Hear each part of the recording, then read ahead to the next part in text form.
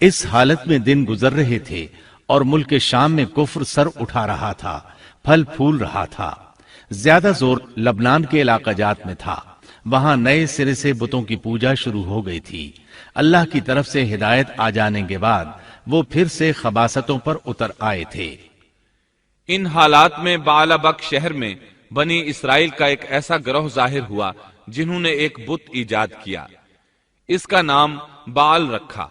اسی کے نام پر شہر کا نام بعلبک ہے۔ اللہ تعالیٰ نے ان کی طرف معزز پیغمبر الیاس علیہ السلام کو مبعوث فرمایا۔ آپ کا سلسلہ نسب یوں ہے: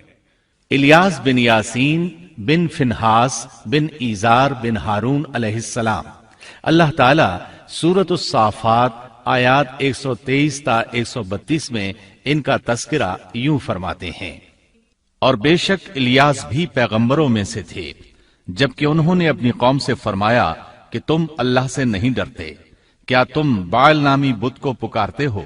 اور سب سے بہتر خالق کو چھوڑ دیتے ہو، اللہ جو تمہارا اور تمہارے اگلے تمام باپ دادوں کا رب ہے۔ لیکن قوم نے انہیں جھٹلایا، پس وہ ضرور عذاب میں حاضر کیے جائیں گے، سوائے اللہ کے مخلص بندوں کے۔ ہم نے الیاس کا ذکر خیر پچھلوں میں بھی باقی رکھا کہ الیاس پر سلام ہو، ہم نیکی کرنے والوں کو اسی طرح بدلہ دیتے ہیں، بے شک وہ ہمارے ایماندار بندوں میں سے تھا۔ قرآن مجید میں ان کا نام الیاس بتایا ہے، انجیل یوحنا میں ان کو ایلیا نبی کہا گیا ہے۔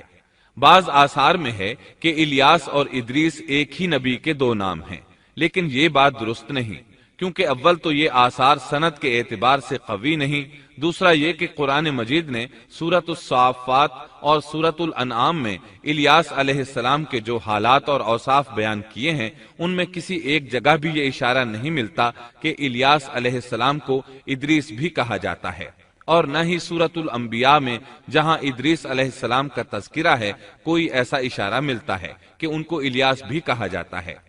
مورخین نے ادریس اور الیاس علیہ السلام کے جو نسب نامے بیان کیے ہیں ان سے پتہ چلتا ہے کہ ان دونوں نبیوں کے درمیان صدیوں کا فاصلہ ہے، لہٰذا اگر یہ ایک ہی نبی کے دو نام ہوتے تو قرآن مجید ضرور اس کی طرف اشارہ کرتا اور مورخین بھی اس کی کوئی وجہ بیان کرتے۔ مفسرین اور مورخین کا اتفاق ہے کہ الیاس علیہ السلام شام کے باشندوں کی ہدایت کے لیے بھیجے گئے تھے،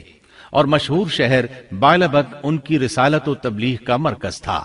الیاس علیہ السلام کی قوم مشہور بت بعل کی پرستار تھی اور توحید سے بیزار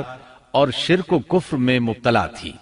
اللہ کے برگزیدہ رسول الیاس علیہ السلام نے ان کو سمجھایا اور راہ ہدایت انہیں دکھائی، اور بت پرستی کے خلاف انہیں واعظ و نصیحت کی اور خالص توحید کی جانب انہیں بلایا۔ کتب تفاسیر میں ہے کہ بعل نامی بت سونے کا تھا اور اس کا قد 20 گز تھا اور اس کے 4 منہ تھے اور اس کی خدمت پر 400 خادم مقرر تھے۔ الیاس علیہ السلام کے زمانے میں یمن اور شام کا محبوب دیوتا یہی بت تھا، اور بعض مورخین کا خیال ہے کہ حجاز کا مشہور بت حبل بھی یہی بعل تھا۔ سورۃ الانعام میں الیاس علیہ السلام کا جن آیات کے اندر ذکر آیا ہے وہ نوح اور ابراہیم علیہ السلام کی اولاد اور ان کی نسل کے انبیاء و رسل کی ایک مختصر فہرست ہے۔ اللہ تعالیٰ سورۃ الانعام آیت 84 تا 86 میں فرماتے ہیں: اور ہم نے ان کو اسحاق دیا اور یعقوب،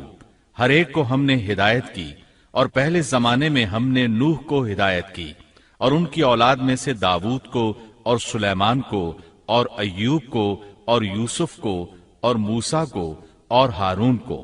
اور اسی طرح ہم نیک کام کرنے والوں کو جزا دیا کرتے ہیں، اور نیز زکریا کو اور یحییٰ کو